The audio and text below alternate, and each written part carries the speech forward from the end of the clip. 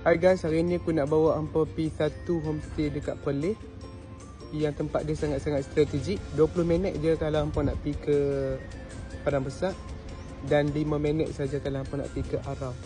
Jom aku tunjuk. Okey, ni adalah kawasan ruang tamu dia hampa nah.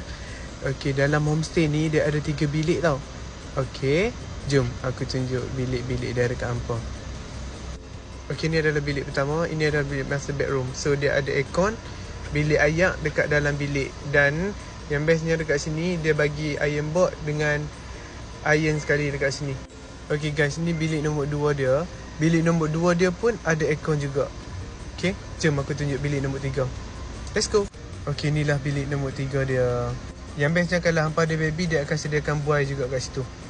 Yang ni pula adalah ruang makan dia. Yang bestnya dekat sebelah tempat ruang makan tu, dia ada bagi satu katil macam ni. So ni adalah bahagian dapur dia. Hampa tak perlu risau. Kalau hampa malas nak keluar pergi cari makan, hampa boleh masak sendiri dekat sini. 1, 2, 3. Tada! Cantik kan? Dia punya view best gila. So homestay ni dekat Perlis saja. Nama dia Ibn Nur Homestay. So kalau hampa nak, hampa boleh search homestay ni. Memang best.